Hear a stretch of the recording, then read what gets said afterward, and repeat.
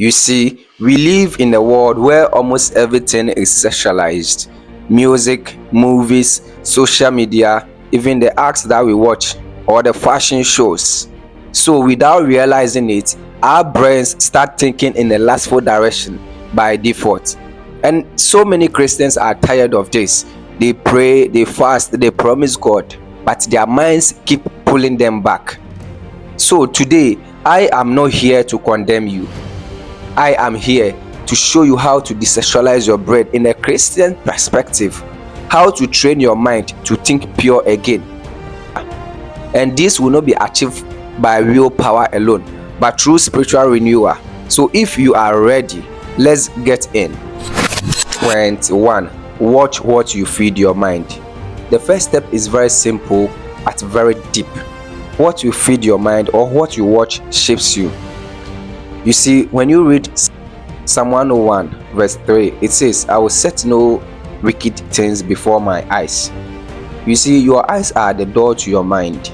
If you keep feeding your brain with subjective videos, sexual jokes, lustful music, unclean social media, movies that stirs desire, then don't be surprised when your mind starts thinking that way naturally. You see, your brain is like the soil. Whatever seed you plant, it will grow.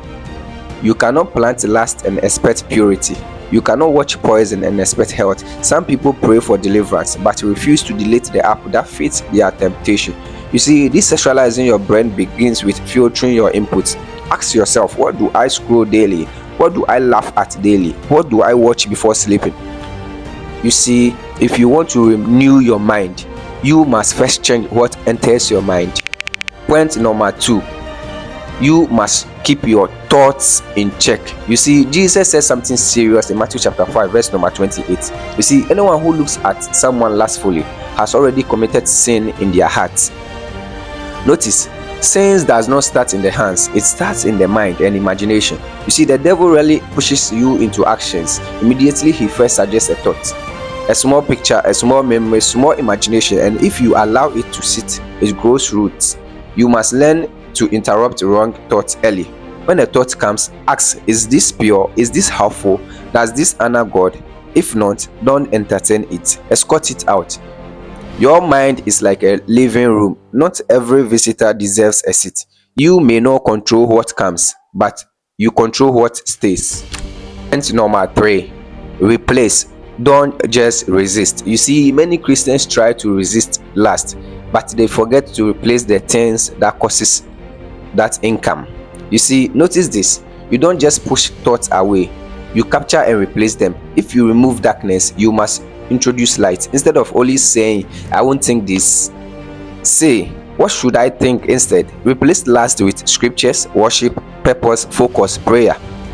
When a wrong thought comes, respond with a verse. When desires come, redirect to discipline. When imagination rises, shift to productivity. Your brain cannot stay empty. It always chooses a direction. So don't just fight bad thoughts, build good ones. Point number 4, discipline your body. You see, Paul says in 1 Corinthians chapter 9 verse number 27, he says, I discipline my body to keep it under control.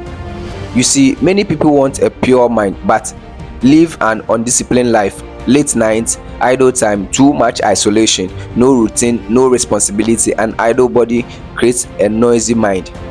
When you are tired, lazy, bored, or alone too long, your mind starts wandering. You see, desexualizing your brain also requires good sleep, productive days, exercise, structured routine, meaningful work. A busy purpose leaves little space for temptation. You don't fight lust only in prayer. You fight it in lifestyle. A disciplined body protects a peaceful mind. Point number 5, grace, not perfection. You see, some people fall once and say God is tired of me. But Philippians chapter 1 verse 6 says, he who began a good work in you will carry it on to completion. Freedom is a process, not a switch. You are being renewed daily, not instantly. Desexualizing your brain takes time, retraining, patience, and consistency. Don't quit because you are not perfect yet. God is not asking for perfection. He is asking for progress. Every clean day is victory. Every resisted thought is growth. Every renewed morning is strength. Grace keeps you moving when your guilt tries to stop you. Point number 6. Don't fight alone. You see, when you read James chapter 5 verse number 16, it says, confess your struggles to one another and pray for one another that you may be healed. You see, isolation will strengthen your temptation, but community will weaken it. You see, the devil works best in secrecy. When you hide your struggle, it grows louder. When you bring it into light, it loses power. So one thing you need to do is to find a trusted friend, a mentor, a pastor, a prayer partner, someone who can keep check on you, pray with you, and work with you. So in conclusion, that we bring our video to an end. A renewed mind is a free mind. Let me end with this. You are not broken, you are being rebuilt. Desexualizing your brain is not about becoming cold, it is about becoming controlled. Not emotionless, but disciplined. Not weak, but renewed.